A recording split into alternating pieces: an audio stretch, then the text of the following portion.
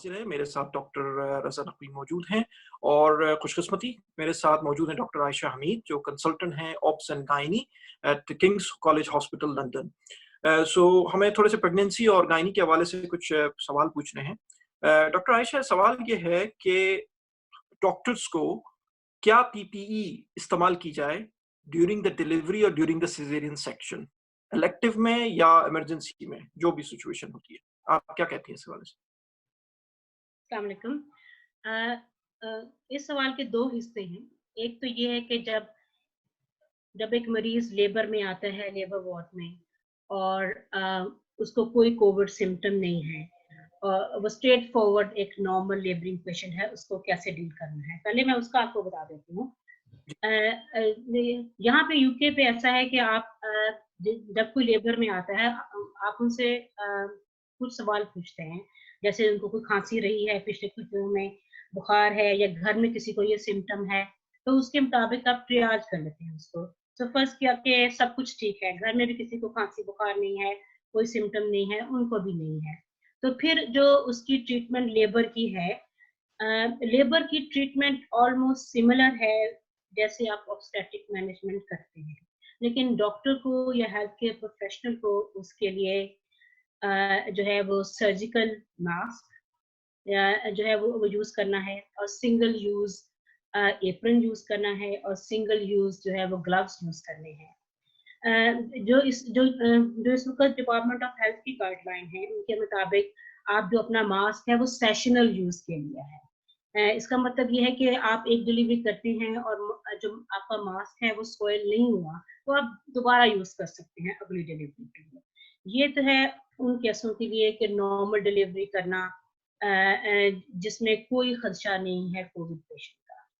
जो दूसरा हिस्सा है इसका वो ये है कि अगर कोई औरत आती है, उसको खाँसी है या 37.8 से ज़्यादा उसको टेम्परेचर है या घर में किसी को कोविड हुआ है, तो तब आपको सस्पेक्टेड कोविड ट्रीट करेंगे उसको। एक तो ये कि इसमें पहले उसको दूसरे मरीजों से आइसोलेट रखना है, ये नहीं कि वो भरे लेबर वार्ड में आ जाए, उसको अलग रखना है और उसको आते ही सर्जिकल मास्क देना है, कि मरीज खुद जो है वो सर्जिकल मास्क जो है वो लगाए। उसके बाद जो हेल्थ केयर प्रोफेशनल है, तो हम ऑब्स्टेट्रिक में हम थोड़े लकी रहे हैं कि सिर्फ हमको बहुत ज़्यादा एहतियात की ज़रूरत है कि जब आप सिज़ेरियन सेक्शन करें अंडर जनरल एनेस्थेटिक। इसके अलावा ऑब्स्टेट्रिक के सारे प्रोसीजर जैसे कि लेबर है, फोर्सेप्स डिलीवरी है, वेंट्यूस डिलीवरी है, प्लेसेंटा निकालना है, रिपेयर करना है टियर का, वो सब नॉन एरिसोल जनरेटिंग प्रोसीजर है। सिर्फ एक चीज़ है जिसमें रिस्क ज़्यादा है, वो है सिज़ेरियन सेक्शन और any procedure under general anaesthetic. तो हम अज्यूम कर रहे हैं ये एक स्ट्रेट फॉरवर्ड डिलीवरी है कोविड पेशेंट में, जो कि कमरे में हो रही है या थिएटर में है, लेकिन उसमें जनरल एनेस्थीसिया इन्वॉल्व नहीं है। उसमें मैंने पहले कहा कि मरीज़ जो है वो सर्जिकल मास्क पहनेगा और जो डॉक्टर या मिडवाइफ या जो अटेंडेंट है वो सर्जिकल मास्क पहनेगा। उसके अलावा जो गाउन है वाटर रेजिस्टेंट वो पहनेगा और फुल वाइज़र पहनेगा या आप जो है गॉगल्स भी पहन सकते हैं। ये चीज़ें जो है वो ड्यूरिंग डिलीवरी आपको पहननी as a health care professional चाहिए। लेकिन अगर एक मकाम ऐसा आता है कि उसको अंडर जनरल एनेस्थेटिक कुछ करने की ज़रूरत है, तो देन फुल जो है वो पीपीई यूज़ होगी जिसका प्रोसीजर जो है वो डिपार्टमेंट ऑफ हेल्थ या डब्ल्यूएचओ गाइडलाइन पे है। फुल पीपीई विद एफपी95 मास्क है उसके अंदर और सब लोग जो है वो फुल पीपीई यूज़ करेंगे। आयशा, इसमें ये बताइएगा कि इसमें इसकी क्या वजह है कि आप जब सर्जरी कर रहे हैं तो उसपे आप पूरा हिफाजती आपका जो पीपी है जिसमें FFP3 मास्क है या N95 मास्क है, आप उसमें वो पहन रहे हैं लेकिन नॉर्मल डिलीवरी में नहीं पहन रहे?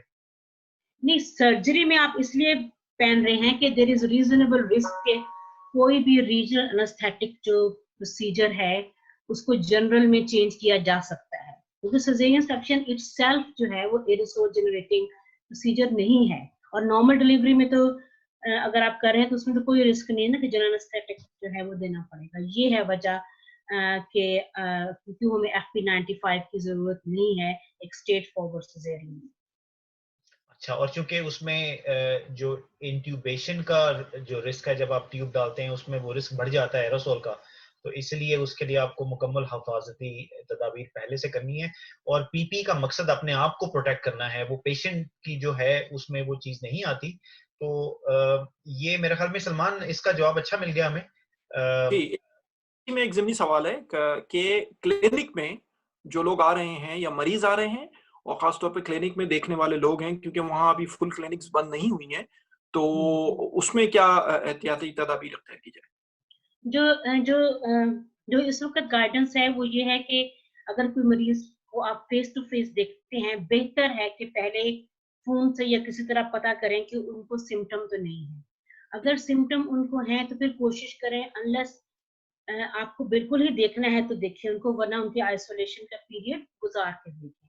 लेकिन लेकिन फिर भी फ़र्ज़ किया कि उनको अब इसको फिर 2 में डिवाइड करते हैं कि उसको सिम्पटम नहीं है मरीज़ को, वो आपके पास आया है जनरल आपका एंटीनेटल पेशेंट, तो उस वक़्त आप जो है ये बेहतर है कि आप ही जो है वो मरीज़ के हाथ हाथ धोने का कि आप भी बार-बार हाथ धोएँ साबुन के साथ, जिस तरह डिपार्टमेंट ऑफ हेल्थ की गाइडलाइन है। और जो आप जनरली जो अपॉइंटमेंट हम इस वक़्त कर रहे हैं, उसमें सर्जिकल मास्क जो है वो पहन रहे हैं, और एप्रन और जो है वो ग्लव्स, और ये सब जो है वो सेशनल है, क्योंकि आप पूरा क्लीनिक कर सकते हैं एक ही दफ़ा पहन के। लेकिन कोशिश करें इन बिटवीन आप अपने हाथ धोएँ या अल्कोहल के साथ जो है वो जेल करें। ये ये है तरीका जनरली एक प्रेग्नेंट वुमन को देखने का जिसको आपको कोविड का खतरा नहीं है। लेकिन अगर आपको कोई ऐसी मरीज़ आती है जिसको कोविड का खतरा है, तो फिर अगर आप 2 मीटर के अंदर बैठ रहे हैं, जो कि वेरी लाइकली एक ऑब्स्टेट्रिक जो अपॉइंटमेंट में आप बैठेंगे, और जैसे आपने मरीज़ को चेक करना है, ब्लड प्रेशर है, नब्ज़ है, उसका एब्डोमेन चेक करना है, तो फिर उसको जो है आप साथ जो है वाइज़र भी पहनते हैं। जो मैंने पहले कहा वो भी पहनते हैं, और साथ जो है वाइज़र भी पहनते हैं।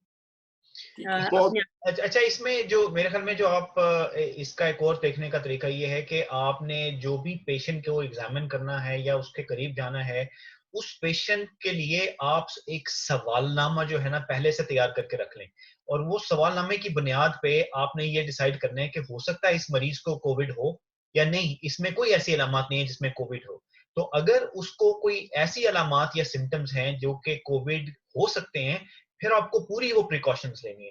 लेकिन कोशिश उसके बावजूद करनी है कि अगर आप दूर से ही सलाम दुआ कर लें, 2 मीटर के दूर से, अगर आपने एग्जामिन पेशेंट नहीं करना, और अगर एग्जामिन करना है तो फिर आपको सारी एहतियाती तदाबीर करनी पड़ेंगी।